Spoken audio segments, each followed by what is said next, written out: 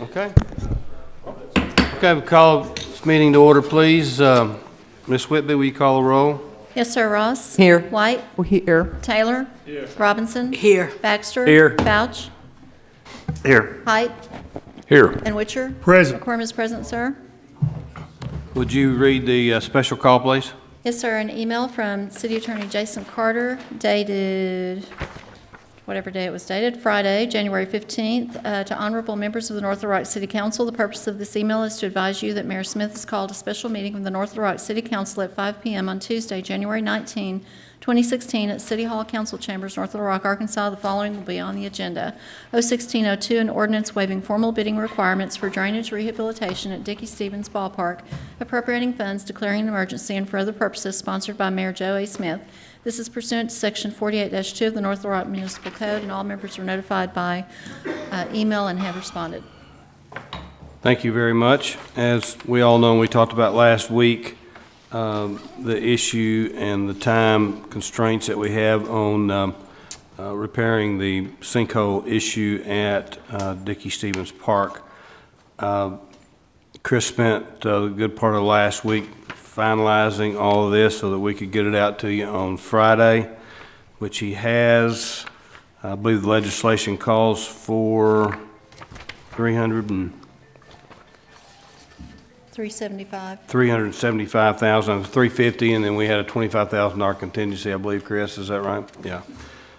So that's what we're going to be dealing with, and that's all we're dealing with today. And Chris is here to answer any questions that we might have. How about a motion to get it on the table? Need to read it first? Also moved. Let's read it first, Thank you, and sir. then we'll get, then we'll discuss it. In order formal bidding requirements for drainage rehabilitation at Dickey Stevens Ballpark, appropriating funds, first reading. How about a motion? Motion. How about a second? Second. All right, discussion, questions for our city engineer, Question. Ms. Ross? I guess the first thing is there any kind of guarantee this is going to solve our problems for the future? I've been asked that question, and that's one of my questions. That was my question. Warranty, any kind of warranty that comes with this, any kind of guarantees From the contractor, from the contractor?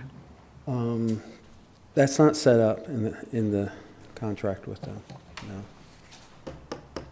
So what are the chances that this will take care of it, I guess, is what the people have been asking. Are we putting this money out, and what kind of guarantee we have? Is this going to happen again in 6 months? I don't believe so. I'm confident on the alternative design we've come up with. I'll certainly try to explain as best I possibly can. I think y'all all understand how the water that we're pulling out of the ground is also pulling the subsoil out. We felt very comfortable 10 years ago when we put it in that it would work. It hasn't worked.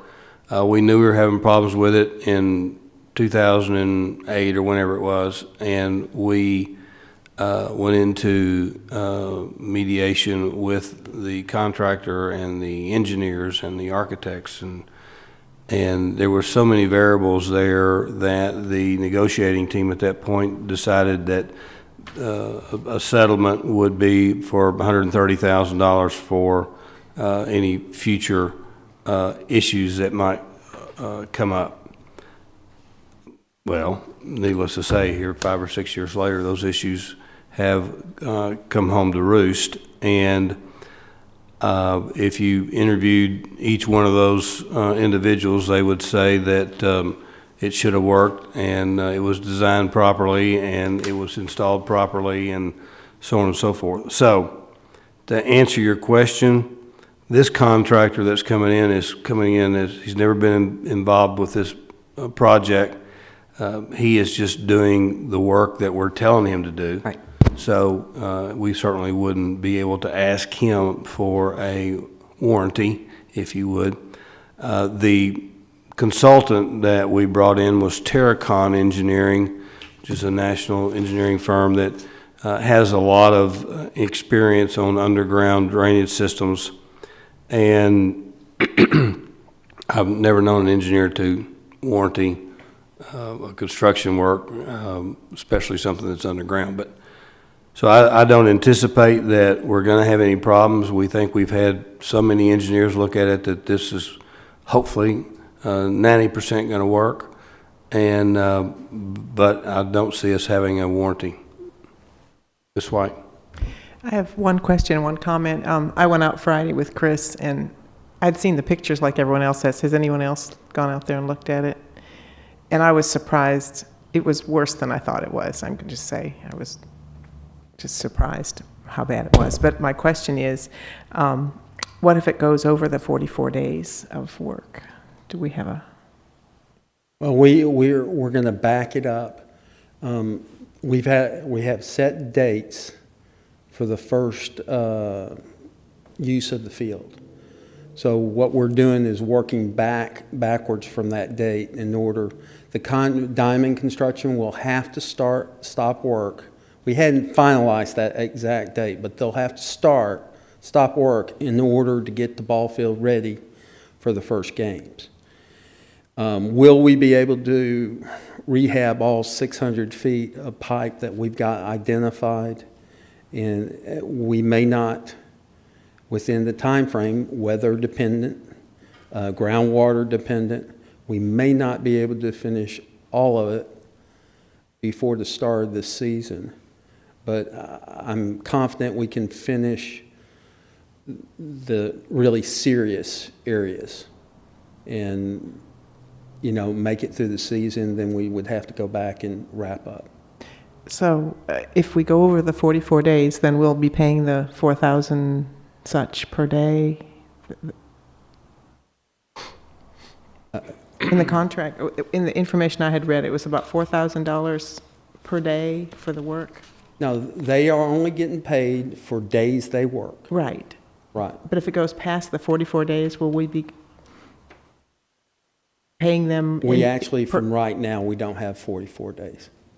Right. Or they have to stop. Right, yeah. Okay, I guess my question is, Their anticipated construction time, they may beat it. We're hoping they will beat it.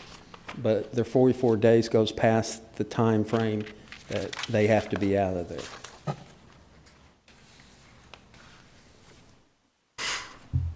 okay. Okay? Anybody else? Mr. Felch? I got several phone calls and emails wanting to know why we're waiving the formal bidding process. In your experience, what is the normal time frame to put out an RFP and actually select a bidder based on that? Month. A month? And we really don't have a month to do this, so that's Do why not it's... have a month to do it. I mean, it's going to be barely close enough to what we're projecting right now to complete it, so that's why we're here doing what we're doing, correct? Correct, and it would take longer than that. It'd take a month just to draw the plans. And yeah. the problem with dealing on underground issues is that an engineer doesn't really know how to draw plans up. So even if we had a year, I don't know that we would be able to draw up plans enough to have a bidding process. I mean, it'd be kind of like seeing a boarded up house and say, give me a bid on what it would cost to remodel that house, and you can't see inside of it. So that's our problem. Just an explanation for the people out there. Thank you. Mr. Height? Should we approve this legislation tonight, how soon can Diamond get started? Tomorrow? Tomorrow. And They I know have mobilized. I know Alderman Ross did ask the question about warranty or whatever, but we're going to fix the areas that are. Could this happen in other areas of the ball field Well, after Diamond does its thing? we are Keeping our fingers crossed that it won't. we are doing isolated. There's many bad sinkholes that we will be repairing, but we're actually repairing the system. So it's for the full length. We think Okay. there's problems. Most of the damage, if you will, is the property that's closer to the river. Right. Closer to the river, the higher the water's coming up in the The groundwater. area under the scoreboard is not at jeopardy. The area under the wall in left center field is in jeopardy. Yeah. The batting cages and where the pumps are sitting in center field is in jeopardy, and the bullpen in right center is in jeopardy. That's correct. Yeah, okay. So we have filed an insurance claim with our insurance company to see if they would cover. So that was filed today. Mr. Baxter. Contractually, if we do not provide the ball club with a place to play on opening day, what's the issue there? I haven't explored that in our contract. Obviously, a usable field is the basis for our contract with the Travelers, for the field to be usable in its condition. So if it's not usable, then obviously we'd have a conflict and we'd have to work that out with the Travelers. You know, we've been fortunate that we really haven't put any money in that ball field since we built it. And the Travs have been able to take care of most everything, all the maintenance of the fields and the parking lots. And this is the first time that we've had to look into our own treasury, if you will, to. Didn't they replace the air conditioning a year or two or three ago? Oh, didn't yeah, they? they've spent a lot of money on it, but, So- that was, we have to keep the ball field up. It's 300,000 people a year enjoy baseball, and so we just really don't have an option. Ms. Ross? Well, one question brought this question up. If Diamond's Construction, if we are not far enough along, and they do have to halt to, for the season to begin and everything, will there be an additional cost for them having to stop and then come back later? Price increases all the time, so I didn't know if they will hold these prices until the end of the season, or? Well, what we worked out is a day rate. We are actually, the city is actually buying the materials.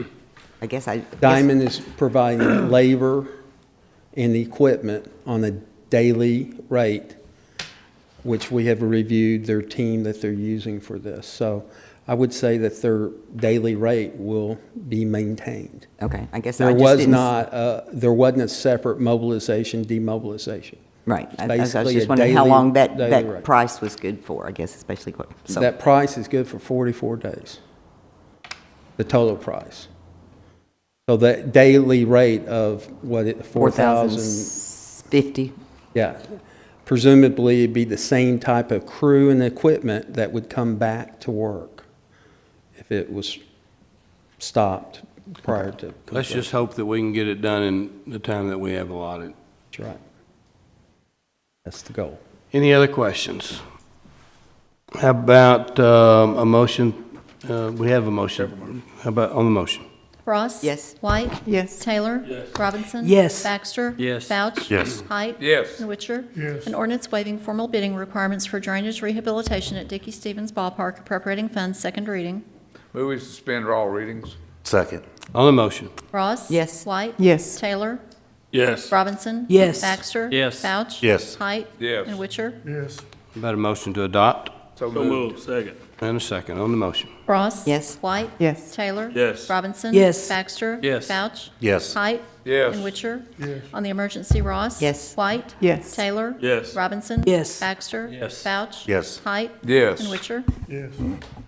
Chris, do the best you can on keeping us updated, on a weekly basis, let everybody know how we're doing and how everything's going. And as I think I've said, you need to approve all payment requests.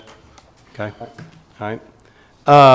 Okay, I think that's it. Thank you all so much for coming on special night, and I do appreciate it. You Thank need a motion to adjourn. Second. On the motion. Ross? White? Yes. Taylor? Yes. Robinson? Baxter? Vouch? Yes. Height? Yes. And Witcher? Were we on TV tonight? Yes.